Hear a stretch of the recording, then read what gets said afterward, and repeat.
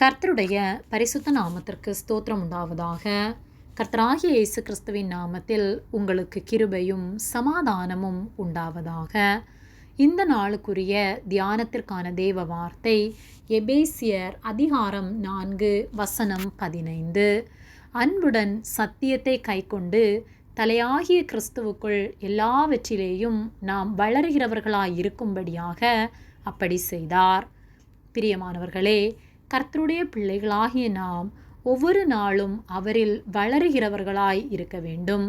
எப்பொழுதும் நாம் கை குழந்தைகளாகவே இராமல் நல்ல போதனை எது, கெட்ட போதனை எது, நல்ல மனிதர்கள் யார், கெட்டவர்கள் யார் என்று பகுத்தறியத்தக்கதான ஞானத்தோடு நாம் ஒவ்வொரு நாளும் அறிவிலும் தெளிந்த புத்தியிலும் வளர வேண்டும். எபேசியர் 4:15 அன்புடன் சத்தியத்தை கைக்கொண்டு தலையாகிய கிறிஸ்துவுக்குள் எல்லாவற்றிலேயும் நாம் வளருகிறவர்களாய் இருக்கும்படியாக அப்படி செய்தார் என்று சொல்லப்பட்டுள்ளது. நாம் அவரிலே வளரும்படியாக அவரை விசுவாசிக்கிற விசுவாசத்திலும் அறிவிலும் ஞானத்திலும் வளரும்படியாகவே அவர் விரும்புகிறார்.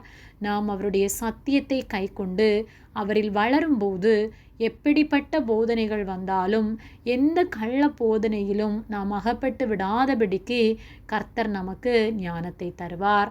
இந்த கடைசி நாட்களிலேயும் அநேகர் கள்ள போதகர்கள் எழும்பி வசனத்தை புரட்டி தங்களுக்கேற்றபடி போதித்து கொண்டிருக்கிறார்கள். நாம் ஒன்றிலும் விழுந்து விடாதபடி காற்றினால் அடிபட்டு அங்கும் இங்குமாய் அலையாதபடிக்கு அவருக்குள் நிலைத்திருக்க வேண்டுமானால் சத்திய வார்த்தைகளை கைக்கொண்டு அவருக்குள் ஒவ்வொரு நாளும் வளர்ந்தால் மட்டுமே இந்த கடைசி காலத்தில் தப்பி நிற்க முடியும். தெரிந்து கொள்ளப்பட்டவர்களும் வஞ்சிக்கப்படும்படியான நாட்களாய் இந்த நாட்கள் இருக்கின்றது. ஆகவே சத்தியமாகிய அவருக்குள் வளருவோம். சத்திய வார்த்தைகளை கைக்கொண்டு அவர் போதிக்கிற வார்த்தையின்படி நடப்போம். வலது புறமாவது இடது புறமாவது சாயாமல் நம் கால்நடையை சீர்தூக்கி பார்த்து நம்முடைய வழிகள் நிலைவரப்பட்டு அவருக்குள் உறுதியாக இருக்குமானால் எந்த போதனையோ எந்த பிசாசின் தந்திரங்களோ நம்மை மேற்கொள்ள முடியாது. ஆகவே ஜாக்கிரதை உள்ளவர்களாய் கர்த்தரை அறிகிற அறிவில் ஒவ்வொரு நாளும் வளருவோம். அவருக்குள் நிலைத்திருப்போம்.